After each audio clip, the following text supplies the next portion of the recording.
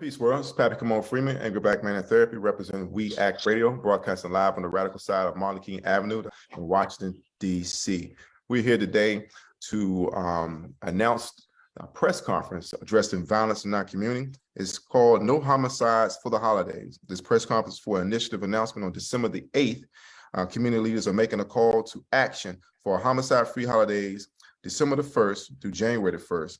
It is spearheaded by Kenny Barnes, founder of thru Incorporated. He's retired and a chairman of DC Peace Initiative Committee and also a member of the Rotary Club of Washington, D.C. Joining us today is also David Crocker, Positive Change Youth Organization. And some of the people that's behind this thrust of this movement is Ann Sewell, Moving for Jesus Incorporated, Thomas Blanton, Esquire, Blanton Associates, principal at Howard University School of Law, Raymond Bell, The Hope Project. So joining us here today is Mr. Kenny Barnes and David Crocker. Mr. Barnes, welcome to We Act Radio. Thank you, Kamala. Thank you for having us. Well, I should say welcome back to We Act Radio. You wanted a long time. Welcome back. Yes, I was announced on We Act Radio. That's right. You're what we call one of our day ones. Then, Mr. Barnes, for those who don't know, give them a little background on you and the real reason that brought you to this to address this crisis of violence in our communities. Oh, first of all, come on. As you very well know, my son was murdered in September 24th, 2001. But what's bringing us here today, not just the fact that my son was murdered, but as we live here in D.C. and we're looking all around us, our children, our youth are being killed and violence is taking place every day. And one of the things that I want to make sure that we talk about, 21 years ago, come on, my son was murdered. Nothing is different today. The same thing that was going on then is going on now. Gun violence is the number one killer of African Americans between age 15 and 35 today. It was the same way 20 years ago. So we've learned nothing in 20 years. All right. Now, what do you expect to get out of this effort today? And I want to bring in Mr. David Crocker on what he also thinks that can be done and to get out of this initiative for a homicide-free holidays. It's an open floor, gentlemen. Well, let me just say first that David Crocker is actually the one that came up with the idea and called me and got me involved. So my hope, I don't know if there's any way that we can measure this, but that some people will say, you know what, let's give it a break. We're not gonna commit any violence. And we're hoping that we can get people to listen to that message. That's what my hope is. All right. For our listening audience and people viewing the video broadcast here, we apologize that Mr. Kenny Barnes is not on screen with us.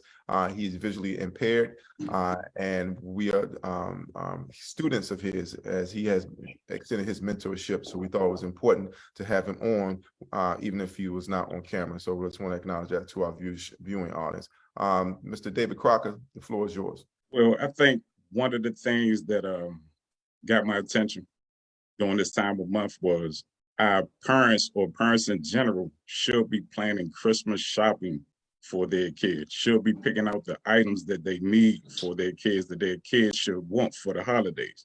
But instead, the parents are going and have to pick out caskets for their children.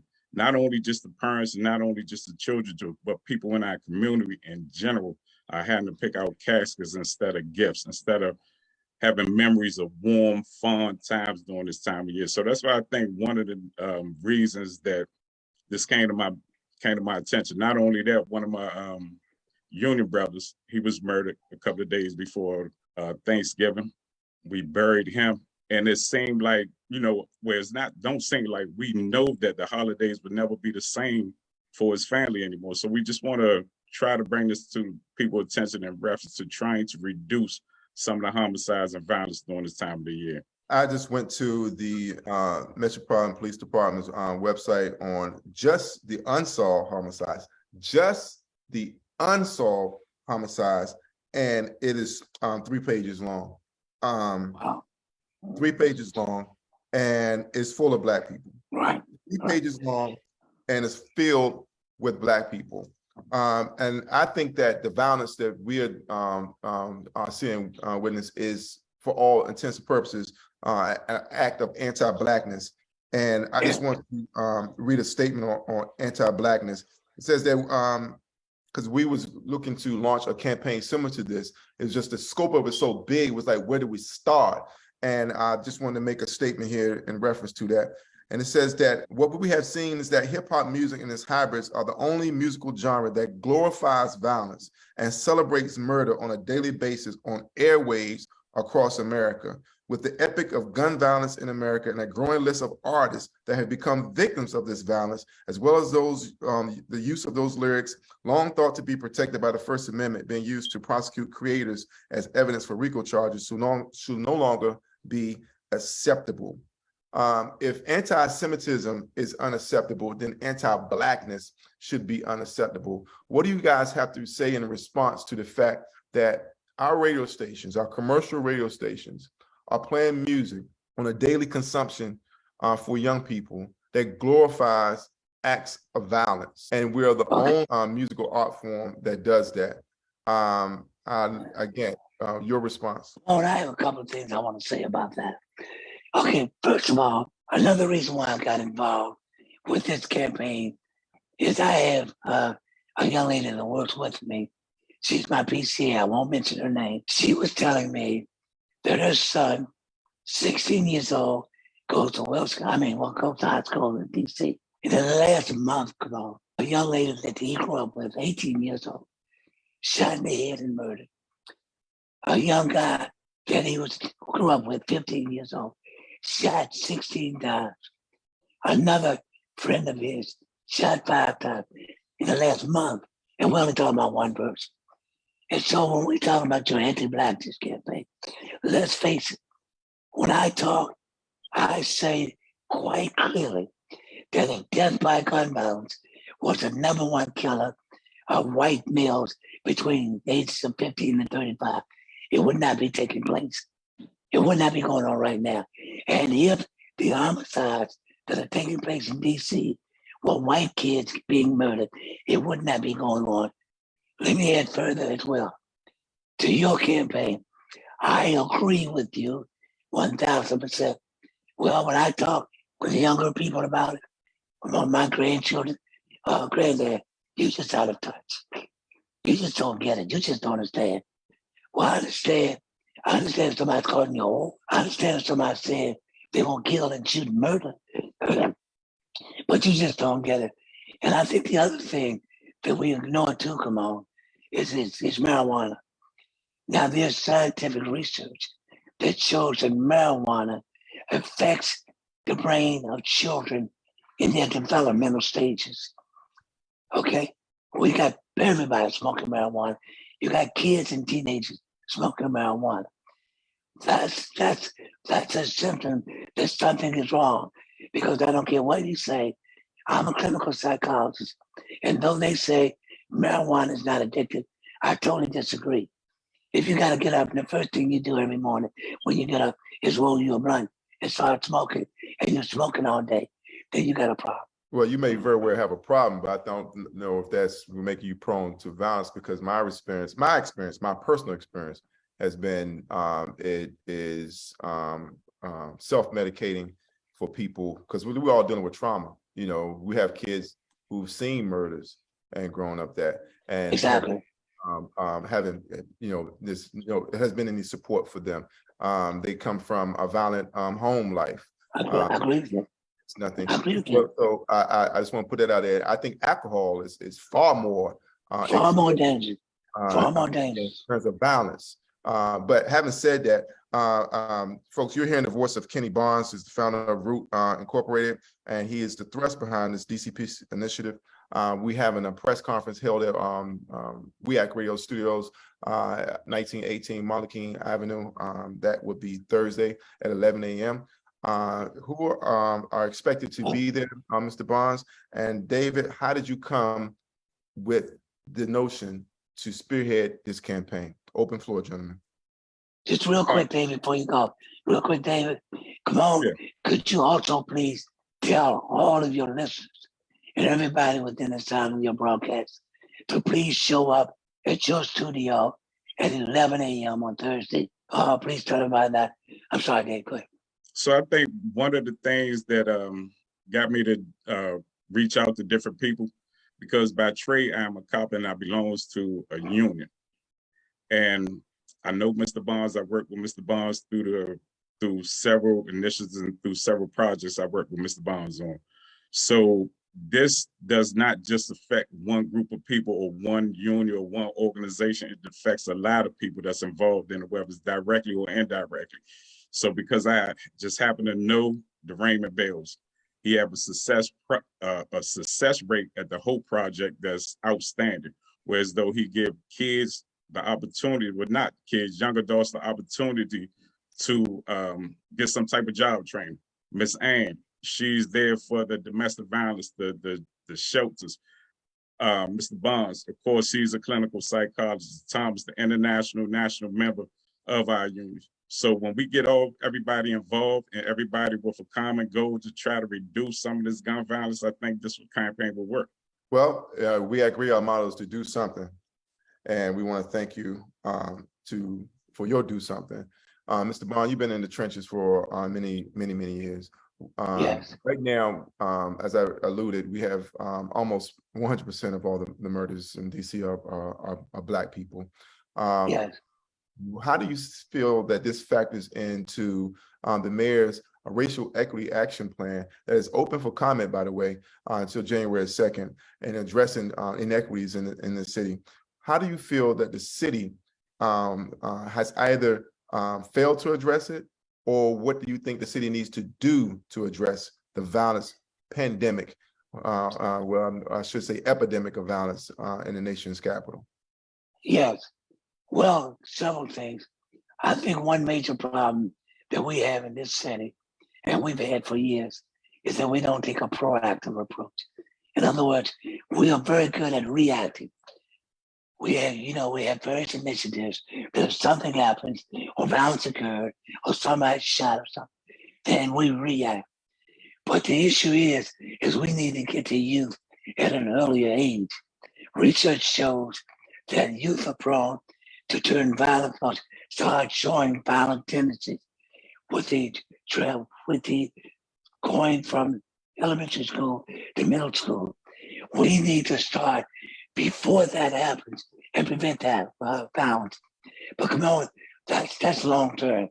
So that's not cute and that's not pretty. We'd rather be able to say, well, we were acting, we need more police or whatever. Another thing where I think they're making a mistake, violence is not a linear issue. By that I mean, the mayor, for example, has a program where they're giving $5,000 maybe to various different organizations. Now, first of all, $5,000 to different organizations is not going to solve anything, number one. But number two, it's a linear, well, you have organizations right now that doing things where nobody knows what each other is doing. We have the same thing in city government. We have a city government where one department won't speak to another. A comprehensive approach has to be circular. By circular, I mean that there are slices of the pie that goes into developing solutions. We're not doing that. As far as this city is concerned, I think the major concern in this city is development. I think we're concerned about developing and making this such a beautiful city. And the fact that all these homicides occurring, we don't get, like what you're doing, we do not get enough media attention. It's underreported. And so a big shout out to you, come on, and We Act Radio. Because when we first did this campaign, the first person I thought of was We Act Radio. We did not go to any radio station, or we didn't go to a TV station. We went to React Radio to help support us because we know what We Act Radio is about, and we know what you're about, come on. So if I had anything to say to the mayor, and by the way, come on, I am probably, and I'm not saying this to try to brag, believe me, I'm not, but I come from three different perspectives. I'm a clinical psychologist, so I have clinical knowledge.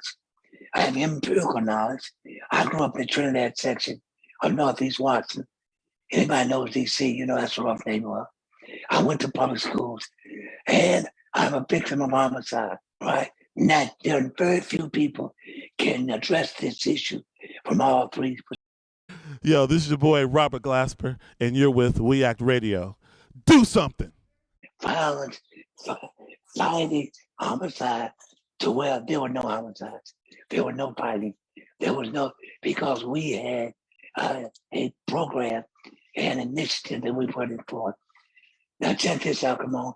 After we did it for 2.5 or 3 years, guess what? They wouldn't give us any more funding. We found a solution, put it in place, stop the violence, work with these kids, work with the families, as David said, because the answer really has come from the bottom up. It really has come from the community and families up. If we're not raising the hell, and we're depending on the mayor and the chief of police to solve our problems, we're in trouble. Okay. And so we did that, and we came up with solutions. And then they wouldn't even fund us. And the second thing, violence is a learned behavior. I'm a psychologist, but I think common sense. We're not born violent. I mean, there are exceptions like maybe Jeffrey Dahmer or somebody want to eat people, but we are not born violent. That's learned behavior. That's in our neighborhood. And we grew up from the time we grew up. And then the third thing I want to mention, and you don't be by now, come on. I come up with unpopular things, and people may be upset when I say this. But what I did was, if you look back, and when I was growing up, which is a long time ago, and you look what's different from when I was growing up, come on, and what's going on today. Well, you can't say it's poverty because poverty was there. You can't say it's racism because racism was there. You can't say it's jobs because we had low paying jobs and we didn't have jobs. And let me tell you what I came up with. One of the things is that you mentioned, there's so many acts of violence that as soon as a youngster is born, as they come to earth, not only do you see it on TV every day, not only do you hear it in your music every day, it surrounds you in your community, in your neighborhood. And as far as violence is concerned, sometimes in order to be self-preservation, it's the first law of nature. Let's face it, sometimes you have to learn to become violent yourself in order to save yourself. The second thing was mentioned. Well, back when I was growing up, and I'm not a big religious person, so don't misinterpret what I'm saying. But when I was growing up, the churches were an integral part of the community. The church that my mother forced me to go to, up on 13th U Walker Memorial, the minister had a job. He was to work every day. And he was a minister because of his actual love and his beliefs, not because he was trying to buy jets and he was trying to buy gold chains, not for those reasons. What we have, what we call economic prosperity ministry now, was about making money. And this is what I'm going to say is controversial.